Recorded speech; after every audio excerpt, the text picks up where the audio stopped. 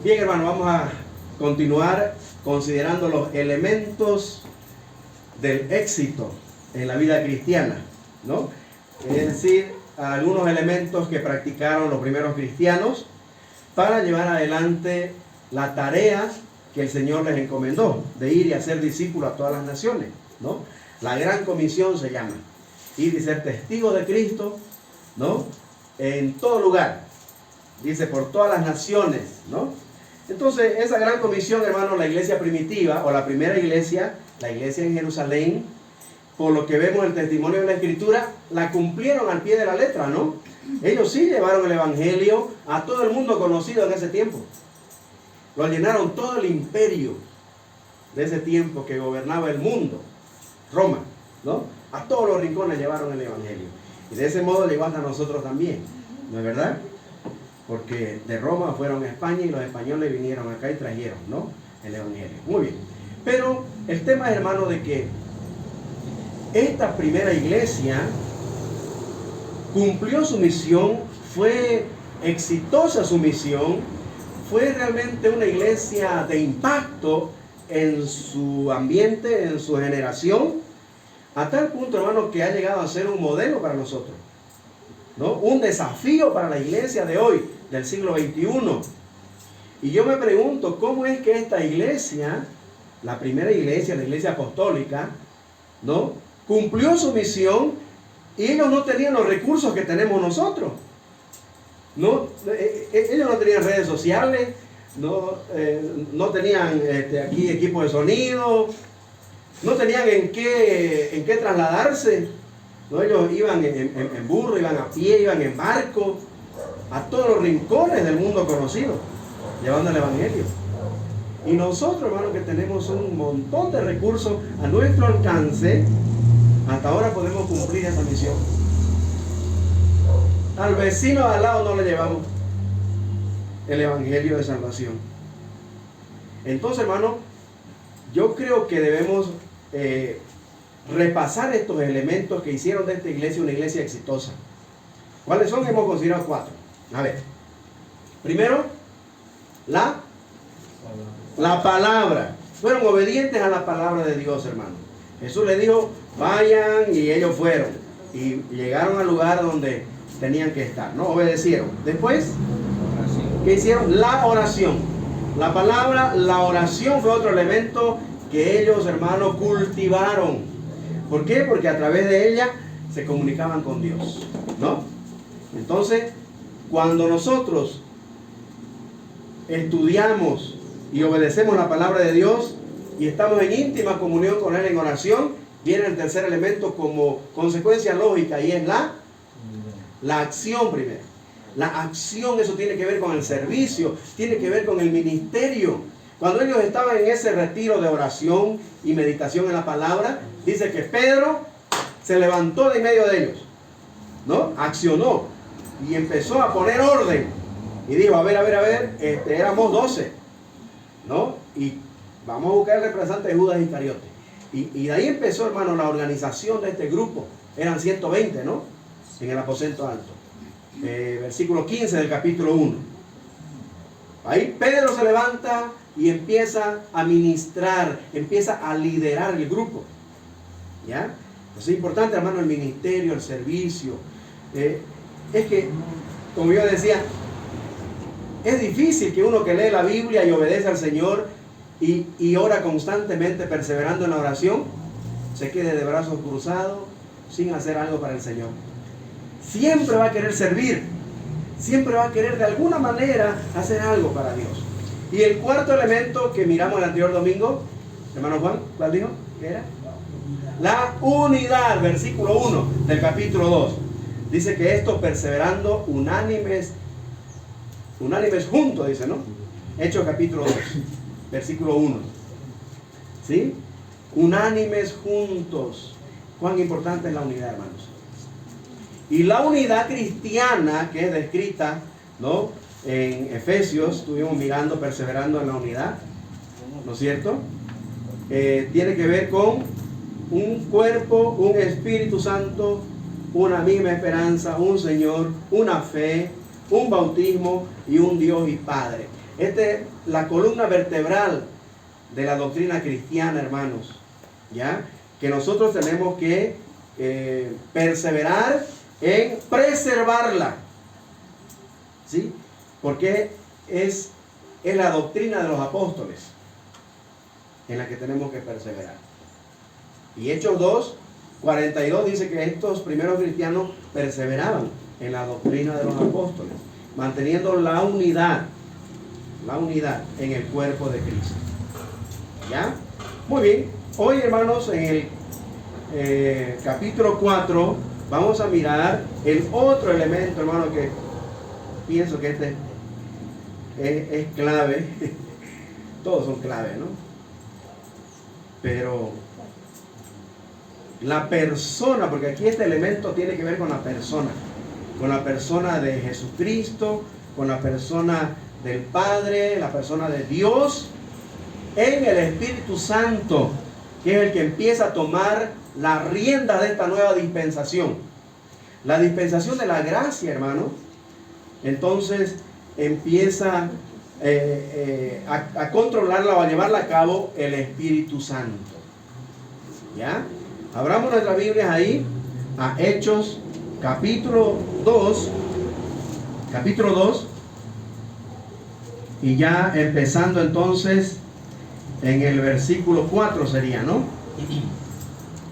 Bueno, desde el 2, porque en el 1 miramos el cuarto elemento, cuando llegó el día de Pentecostés. Estaban todos unánimes juntos, la unidad. ¿Qué pasó cuando estaban en ese retiro, unidos en oración y meditación de la palabra? Dice, de repente vino del cielo un estruendo como de un viento recio que soplaba, el cual llenó toda la casa donde estaban sentados. Versículo 3. Y se les aparecieron lenguas repartidas como de fuego, asentándose sobre cada uno de ellos.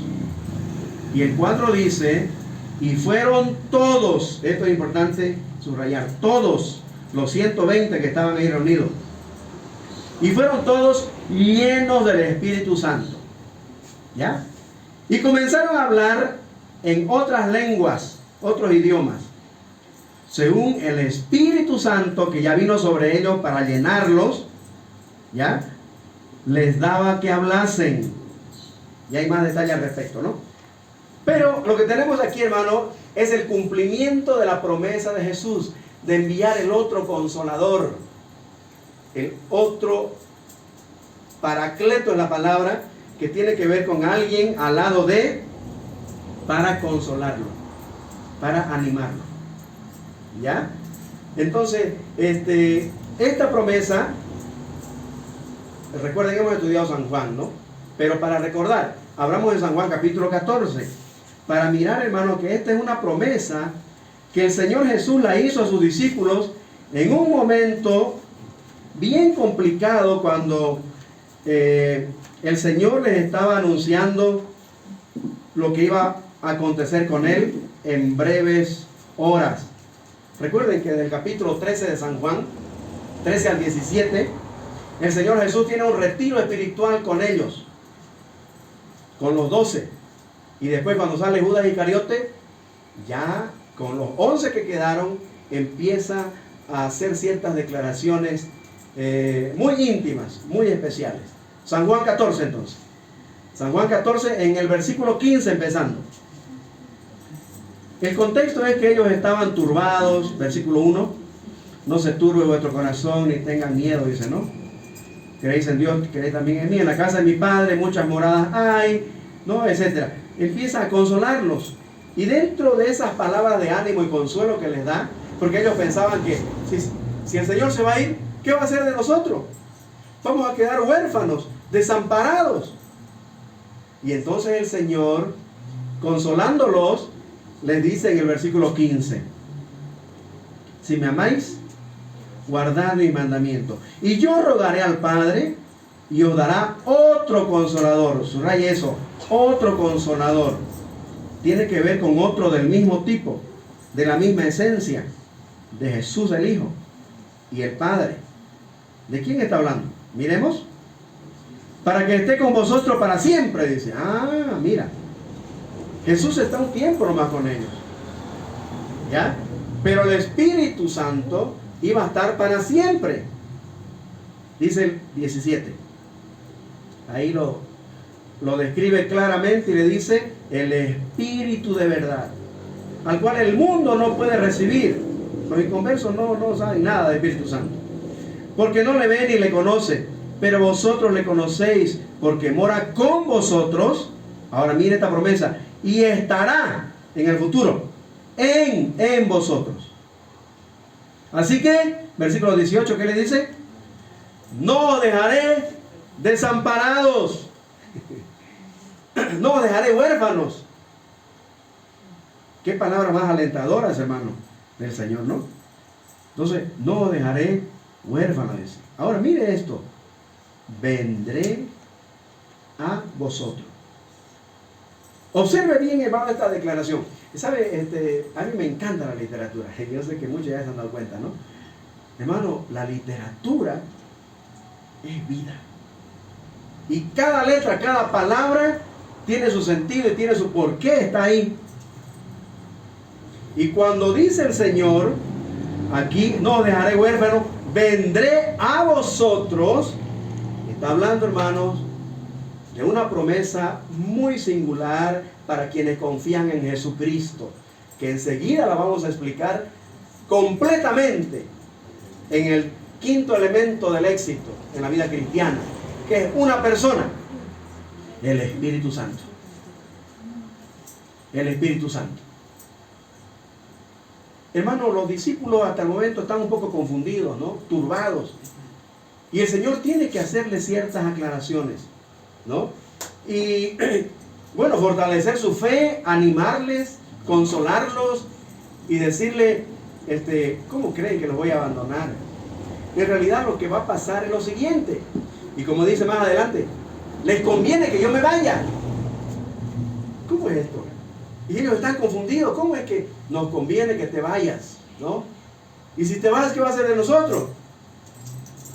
Y él empieza a explicar: les conviene que yo me vaya, porque si yo me voy, les voy a mandar el otro consolador. Y esa palabra, ya le dije, tiene que ver con otro del mismo tipo, de la misma esencia, del Padre y del Hijo. Y es la tercera persona de la deidad, el Espíritu Santo. Por eso dice más adelante, cuando dice no dejaré huérfano, a ver, leamos el versículo, por ejemplo, 21. El que tiene mis mandamientos y los guarda, ese es el que me ama. Y el que me ama será amado por mi Padre, y yo le amaré y me manifestaré a él, dice. Entonces le dijo Judas, pero no el Iscariote: Señor, ¿cómo es que te manifestarás a nosotros y no al mundo? Ahora, mire la explicación, hermano. Esto me eriza la piel. Dice el 23: respondió Jesús y le dijo: el que me ama, mi palabra guardará, y mi Padre le amará también. Ahora mire lo que dice: y vendremos a él. ¿Quién es? Mi Padre y yo. Eso, el Hijo y el Padre. Dice: y vendremos a él. ¿Para qué? ¿Qué dice?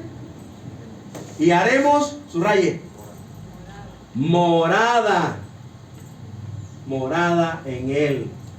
Hermano, esta palabra no tiene que ver con color, el color morado. No, hermano, es una palabra que solamente 2 veces se usa en la Biblia. En el mismo capítulo, versículo 1. No, en el versículo 2. Estamos en el 14, ¿no? San Juan 14. Dice: en la casa de mi Padre muchas moradas hay. Moradas. Y luego aquí: vendremos a él, yo y el Padre, y haremos, dice, morada con él. Por eso dice en el capítulo 16, a ver, vayan más adelante, 16:7, cuando Jesús le habla de la obra del Espíritu Santo, les dice, versículo 7, capítulo 16, y el 7 dice: pero yo os digo la verdad, os conviene que yo me vaya, porque si no me voy, si no me fuere, el Consolador no vendría a vosotros. Mas si me fuere, si me voy, en esto nos conviene. Os lo enviaré. os lo enviaré para que more en vosotros. Y yo y el Padre vendremos en la persona del Espíritu Santo y haremos morada en él. Hermanos, esto es maravilloso. ¿Se pueden imaginar si el Señor Jesús no se haya ido? Si nosotros aquí en Bolivia hayamos querido tener una entrevista, una relación con Él, ¿en qué tiempo llegaríamos, no? En la cola, ¿no? En la cola para ir a visitarlo a Israel, a Jerusalén, o donde Él esté, ¿no? Para entrevistarnos con Él. ¿Se da cuenta, hermano, por qué Jesús dijo, les conviene que yo me vaya? Porque si me voy a enviar al otro Consolador, al otro del mismo tipo mío y del Padre. Y yo y el Padre vamos a venir a hacer morada en Él. Hermano, esto es maravilloso. Si nosotros podemos entender esta verdad bíblica, hermano, ya le digo, nuestra pasión por Cristo no sería la misma que tenemos hoy. Porque si entendiéramos, hermano, lo que significa tener al Espíritu Santo morando en nosotros, la misma deidad en nosotros, nuestra actitud sería diferente. En todo sentido y en todas las áreas de nuestra vida.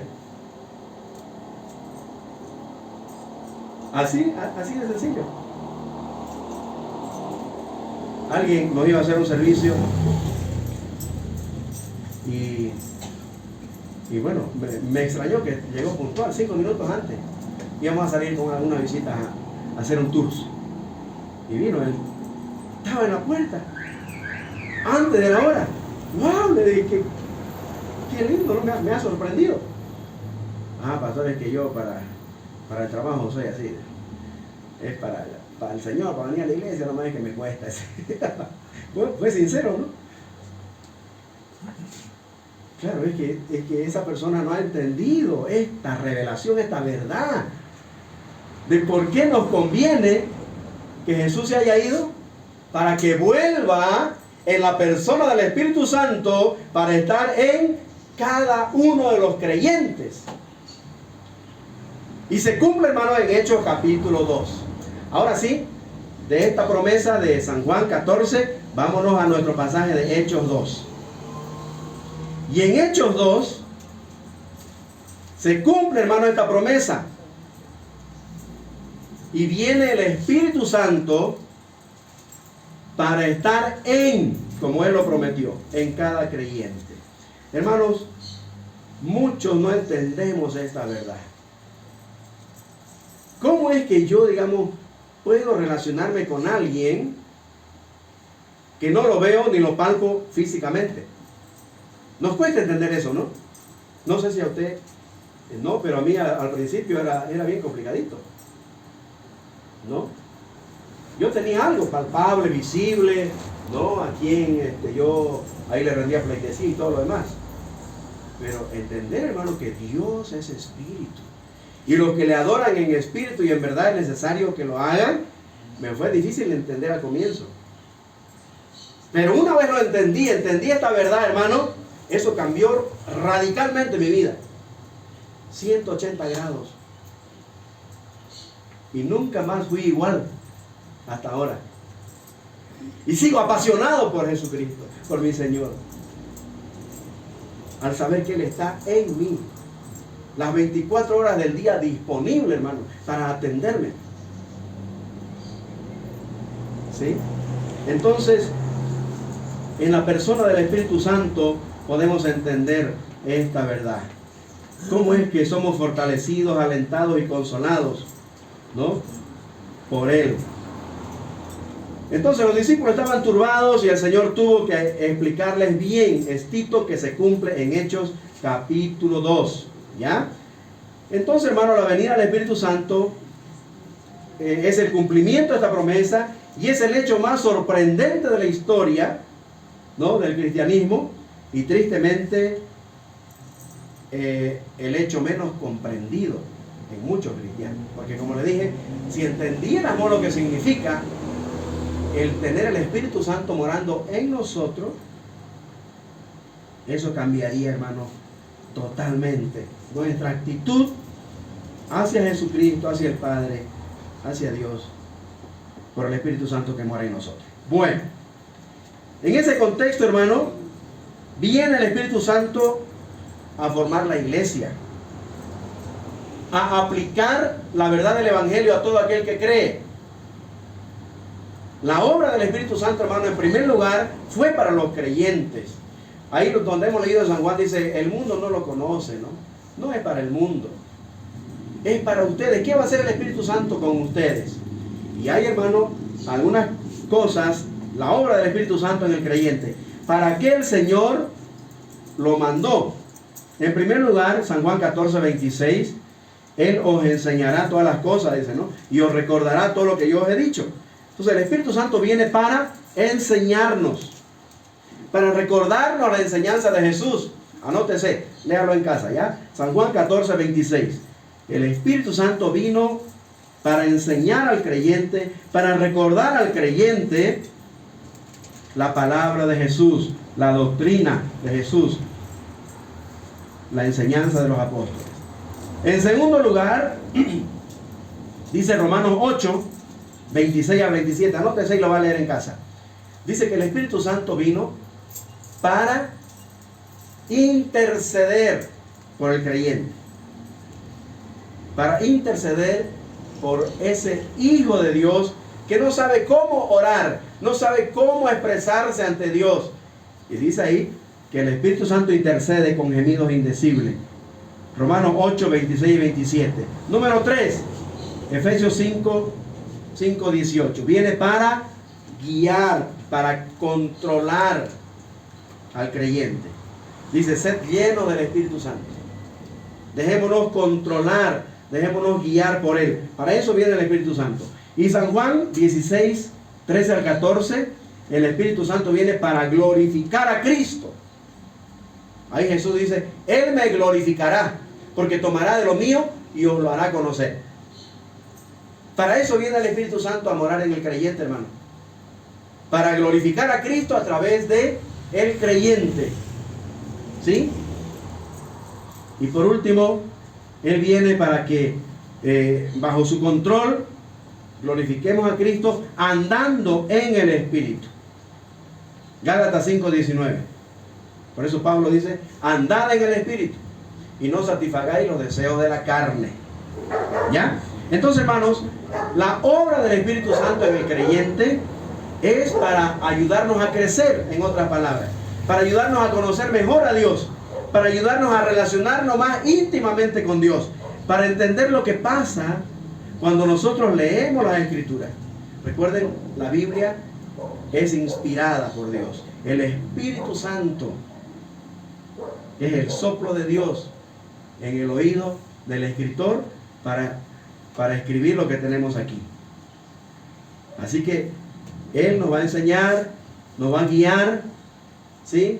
Nos va a ayudar a glorificar a Cristo a través de mi vida cristiana, hermanos.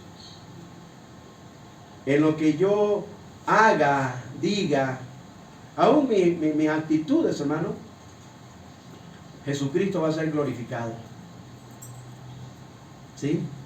Porque a través de nuestras buenas obras, los hombres van a ver a Jesucristo a través de cada creyente. ¿Sí? Qué triste escuchar, ¿no? El testimonio de ¿quién fue el hermano Wilson, ¿no? Que otro tenga que decir, ay, no, yo conozco a creyentes, pero son así. Les anima, ¿no? El mal testimonio. Es que no andan en el Espíritu. No han entendido para qué vino el Espíritu Santo a morar en cada creyente. En segundo lugar, hermano, la obra del Espíritu Santo en el mundo es para convencer, como dice en el versículo 8, San Juan 16. A ver, miremos, esto es importante que usted sepa, porque es el Espíritu Santo, hermano, el que convence al mundo de su necesidad de ser salvo. ¿Qué dice 16:8? Dice, y cuando Él venga, está hablando del Espíritu Santo, ¿no es? Convencerá al mundo, ya no al creyente, el creyente ya está convencido, el Espíritu Santo vino a morar en el creyente, en cada uno, ¿ya? para enseñarle, para guiarle, para hacerle glorificar a Cristo, para controlar y ser lleno del Espíritu Santo y agradar a Dios. Pero en el mundo dice que viene para convencer de pecado, de justicia y de juicio. Versículo 9. De pecado por cuanto no creen en mí, de justicia por cuanto voy al Padre y no me veréis más, y de juicio por cuanto el príncipe de este mundo ha sido ya juzgado. Para eso viene, hermano, el Espíritu Santo, para que nosotros, como instrumento de sus manos, al testificar, Él haga su obra en cada persona inconversa del mundo perdido. Así que tenemos que ir a testificar, hermano. El Espíritu Santo quiere usarnos para convencer al perdido de su necesidad de ser salvo, de pecado, de justicia y de juicio. También el Espíritu Santo es el que hace nacer de nuevo, hermano. San Juan 3, ¿recuerdan el encuentro de Jesús con Nicodemo? Ya lo estudiamos, ¿no? Ahí le habla de la necesidad de nacer de arriba, del Espíritu. Si no naces de nuevo, le dice, no puedes entrar al reino de los cielos. Y es obra del Espíritu Santo, hermano. El Espíritu Santo es el que nos hace nacer de nuevo. Le explicó Jesús a Nicodemo. Anótese, San Juan 3, 3 al 8. Pero también el Espíritu Santo, hermano, viene a sellar al que del mundo cree en el Evangelio. Él lo saca del mundo y lo coloca en el cuerpo de Cristo. Eso es el bautismo del Espíritu Santo. Lo bautiza y al mismo tiempo lo sella. El bautismo nos habla en 1 Corintios, anótese, 12, versículo 13, ¿no? Por un mismo espíritu fuimos todos bautizados en un cuerpo. ¿Sí? Y Efesios 1:13, ¿qué dice Efesios 1:13? En él también vosotros, habiendo oído la palabra de verdad, el evangelio de vuestra salvación, fuisteis sellados con el Espíritu Santo de la promesa. Hermano, el Espíritu Santo vino para eso, para convencer al mundo de su necesidad de ser salvo, para, si cree en Cristo, sacarlo y colocarlo en el cuerpo de Cristo, ¿ya? Y para sellarlo. El sello, hermano, es símbolo de pertenencia. ¿Sí? Cuando usted está marcado, pues ya tiene dueño. Y esas son las arras del Espíritu, la garantía de que somos de Cristo, somos de Dios, somos hijos de Dios. Él viene pronto a llevar a su pueblo, a su iglesia, a su cuerpo, porque Él es la cabeza, ¿no? Entonces, eso hace el Espíritu Santo, hermano, en el creyente. En el mundo, lo convence de su necesidad de ser salvo. Cuando cree, lo saca de ahí y lo coloca en el cuerpo de Cristo. Ese es el bautismo. El bautismo del Espíritu Santo lo coloca en el cuerpo de Cristo y pone su sello, su marca. Y dice, este me pertenece. Por eso cuando Cristo aparezca en las nubes, los que tienen esa marca van a salir del planeta Tierra a recibir al Señor en las nubes. Y así estaremos siempre con el Señor, dice Pablo en 1 Tesalonicenses, ¿no? Capítulo 4. Qué maravilla, hermanos. El Espíritu Santo es la tercera persona en la deidad, que el Hijo y el Padre vienen en Él a hacer morada en el creyente. ¿Entiende esa verdad, hermano? ¿Entendió? ¿Quién vive en usted? Dios, por medio del Espíritu Santo. El Padre, el Hijo y el Espíritu Santo están en todo creyente. Por eso la Biblia dice que nuestro cuerpo es templo del Espíritu Santo. Es templo de Dios, hermano. Es morada de Dios en el Espíritu Santo. ¿No es maravilloso, hermano, este concepto? Esta verdad bíblica. Este elemento del éxito en la vida cristiana. Con razón estos primeros cristianos, hermano, impactaron su generación, hermano. La gente no entendía por qué en el Coliseo Romano ahí, rodeado de los leones que se lo iban a devorar, ellos adoraban a su Dios. a su Salvador sabiendo que pronto iban a estar con Él. Ay, hermanos, esta gente sí sabía qué era tener el Espíritu Santo en ellos. Nosotros, hermanos, no podemos aferrarnos a esa verdad y vivirla diariamente en nuestra vida. Porque si esto fuera así, hermano, yo le aseguro que nuestra actitud hacia Jesucristo y hacia su iglesia fuera diferente. No la actitud que tenemos ahora, de venir como, bueno, ¿no? Como toda gente religiosa, digamos, a cumplir. No importa, aunque llegue tarde, total, voy y que me vean, ¿no? Que me vean que fui. O sea, no creo, hermano, que sigamos teniendo la misma actitud para con Dios, para con su iglesia. Nuestra actitud sería diferente. Por eso, usted no tiene excusas ahora. Usted está sabiendo que el elemento del éxito en esta iglesia primitiva, en la primera iglesia apostólica, fue la presencia del Espíritu Santo en ellos.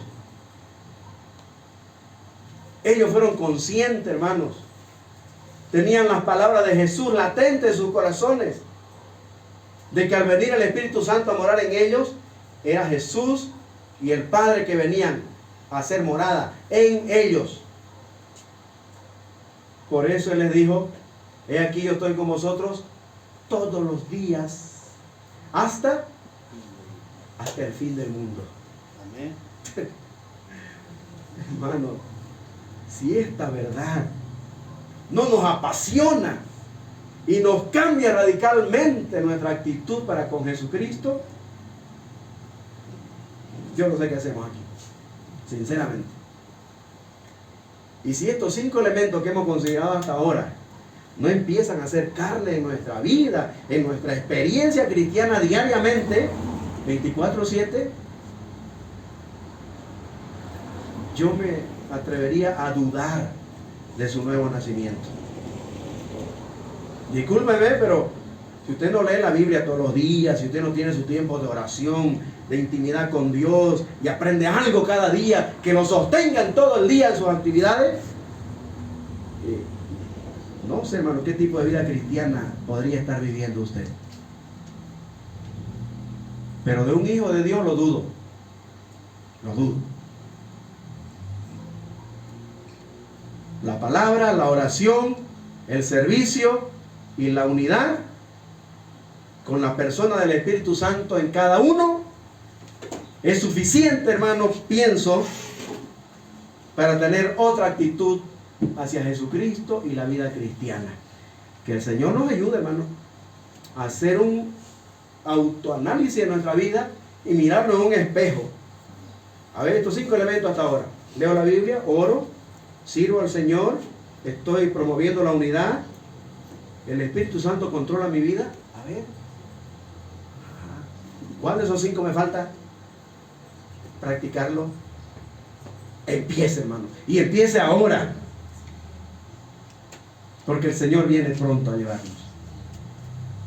¿Cómo nos vamos a presentar delante de Él? Con todos estos recursos que Él nos da para vivir una vida que le agrade. Que el Señor nos ayude, hermano, a ponerla en práctica. Amén. Amén. Y vivamos una vida victoriosa. Vamos a orar. Estamos agradecidos, Señor, en esta mañana